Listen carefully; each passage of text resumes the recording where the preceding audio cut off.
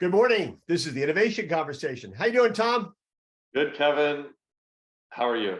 Uh, we're both reeling from a really bad weekend with the Mets, but That was let's the hesitation in my response, is I wasn't sure I wanted to go there. it was a very bad weekend. Okay, so last time we talked, you had just gotten to a grocery shop in Vegas, Yes. and it was just beginning. So let me ask you, okay, based on what you saw, what you were hearing, what were the high points? I would say that what I was kind of expecting going in, with kind of general themes being around, the new Instacart, because that announcement had just come out, the variety of technologies, enterprise technologies and kind of store physical technologies and those things where, that news was just out the day before. And then kind of the buzz around retail media networks. I think those were two very big themes there. We can drill down on those a little bit. Then I would say the third theme was that there was a definite lack of, the ultra fast delivery players, right? Where last year, so much capital was going into that space, and there were a number of startups, that were attacking that, ultra fast 30-minute, 15-minute, delivery space. Much less of that now. And it was clear that, there's a place for that in the mix, but not a leading strategy for a lot of the players there. And we've talked about that before. I just think that ultra fast delivery thing, it sounds great, but it is completely problematic because the odds on being on over promising and under delivering are so high. Yeah. Well, yeah. And I just, the use case, they show the use case of, you pull the pasta out of the pantry, you got guests coming over, and you start to boil the water and you realize you don't have sauce. Then, the sauce gets delivered in time to serve it. That's I just don't know how prevalent that use case is. There's a use case for convenience, right? And for, for quick fill of a need.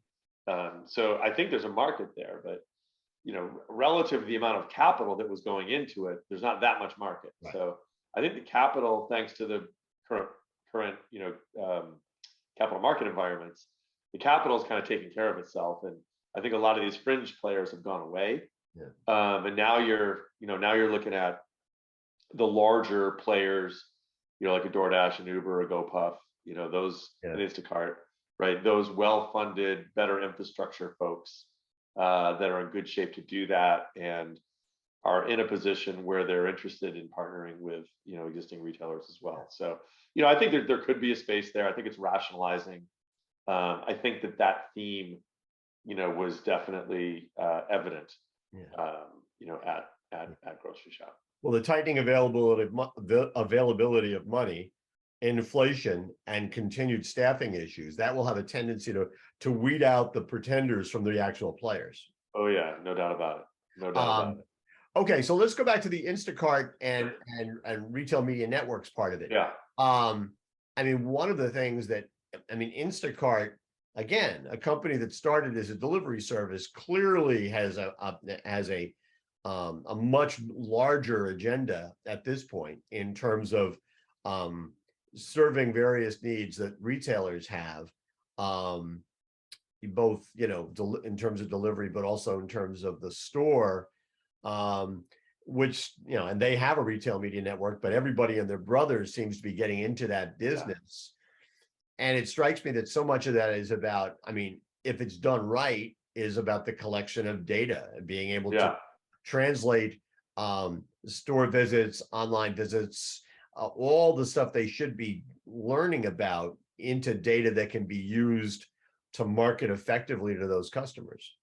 Absolutely. You look at Instacart's presence at Groceryshop, and the range that they cover from marketplace, right, to their enterprise technologies, where they'll run your e-commerce technology for you, in a kind of a SaaS environment where you you do have the customer relationship, but you take advantage of their capabilities.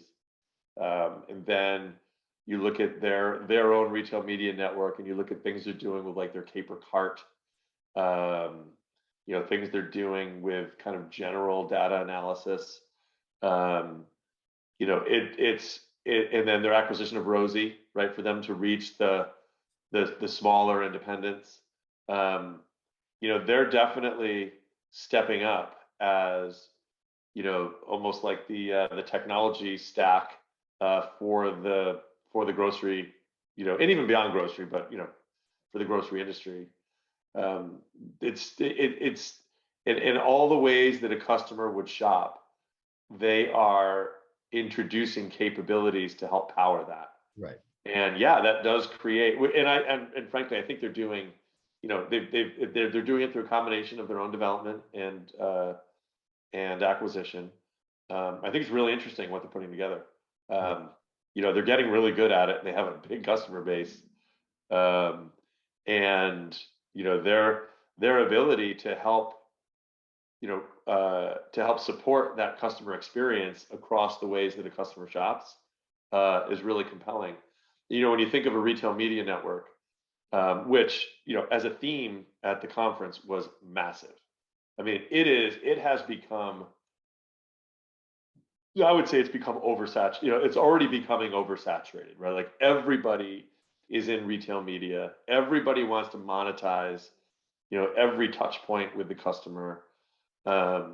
We've seen retail media, particularly led, traditional grocery retail media has always existed, right? People pay for end caps, people pay for, brands pay for shelf talkers, brands pay for co-op advertising in the circular. So there's always been this, retail media that's available for the brands to fund. And then of course the digital era has ushered in a whole new, level of that. And of course Amazon with their 30 plus, probably now $40+ billion ad business, bigger than all newspaper advertising combined by a mile. The digital frontier is really, that's really developed in the last few years, and all kinds of technologies around helping folks market better, in those, if I'm bidding on keywords or if I'm doing sponsored placements or whatever, lots of technologies to support that, lots of technologies to help measure the effectiveness of that. So as you walk around the exhibit floor at Groceryshop, you saw a good chunk of the providers there, that were kind of in the digital, the retail media network kind of enablement and measurement space. Yeah. So a lot of that, and it is absolutely at risk of becoming oversaturated, right? There's so much for manufacturers to fund in these media networks that, and so much money has moved from traditional advertising and marketing into these kind of point of customer interaction moments, which is great. We definitely want to have that, because that's where you're going to get the best result, the most measurable conversion, and all of that. But I think what's going to happen now is, it's not just about putting dollars into retail media, or as a retailer, it's not just about having retail media available. It's going to be about the effectiveness of it. Yeah. Right. So are you able to make that customer shopping experience better? Are you able to show the manufacturer that you got ROI on their spend? Right. And what are the programs that are driving the best results there? That would be really key. Yeah. And everybody and their brother is getting into it, and their sister. And it's not just in retail environments, right? So if you've got these networks going into, doctors' offices, bars, gymnasiums, right? Comic book shops. They're going into everything.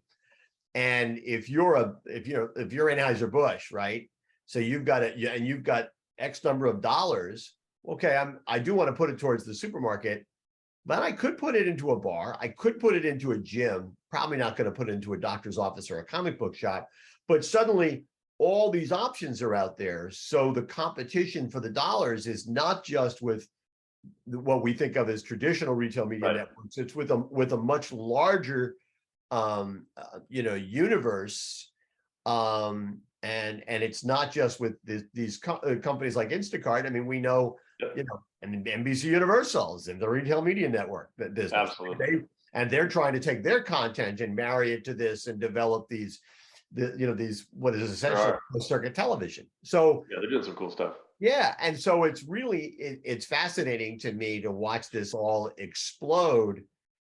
The advantage that I would think Instacart would have would be the ability to, because of its integration, and by the way, Amazon as well, right? And Walmart and Target or whoever, Yeah. is if they do it right, they can integrate it and show not just eyeballs, right? They can show reactive behavior. Absolutely. Reactive behavior and ultimately conversion. Right. And then beyond conversion, repeat and loyalty. Yeah. Right. That's the coup de grace. That's what you're going for. And yeah, I mean, in a way, it's super exciting that there's all of these other, all this other inventory, all these other places you can connect, these retail media opportunities with customers. It really does create a bigger pie overall. And as long as that expanded pie is performing, it does, it's worthwhile for manufacturers to invest more in that. Right. But it's really key, and it's really to any brand and or any retail that's participating in this, this retail media network or this network of placements that influence, customer behavior. What is the reaction? What is the conversion? It's really about ultimately making the experience better and more effective for the customer, right? And being able to help them shop across all the ways they want to shop, better, more effectively meeting their needs, but then also being able to measure that customer across these. Yeah. That's key. And I think that ability is coming together now. We're still kind of in day one of that.